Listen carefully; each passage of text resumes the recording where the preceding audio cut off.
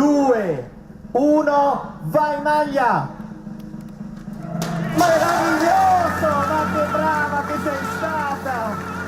Ai ai ai!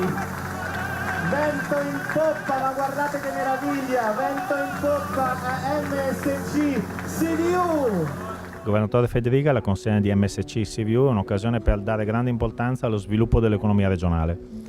Sì, più realtà imprenditoriali e importanti come quella di Fincantieri crescono, maggiori sono le risorse per la regione e questo vuol dire maggiori servizi che possiamo erogare. È chiaro però che noi dobbiamo sedimentare il legame tra imprese o grandi imprese come nel caso di Fincantieri Territorio, incentivando un percorso per garantire occupazione ai cittadini del territorio stesso. Proprio per questo il protocollo firmato con la Camera di Commercio della Venezia Giulia va nella direzione affinché da qui al prossimo anno si possano incentivare le imprese anche del circuito degli appalti di Fincantieri che occupano persone, magari persone che hanno avuto crisi occupazionali del Friuli Venezia Giulia.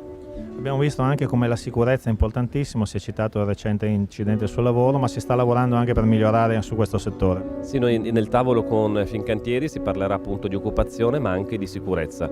È chiaro che il percorso è un percorso non scontato, perché non si può solo lavarsi la coscienza dicendo le leggi ci sono e le procedure le abbiamo portate avanti, ma bisogna arrivare all'obiettivo, ma è necessario arrivare all'obiettivo affinché gli infortuni sul lavoro, ancor peggio le morti sul lavoro, non avvengano più. Quindi bisogna intervenire sulla cultura della sicurezza, non abbassare mai la guardia, perché delle volte magari l'abitudine di svolgere una professione rischia di far abbassare la guardia. Noi quella guardia dobbiamo tenerla alta e di questo le istituzioni devono farsi garante.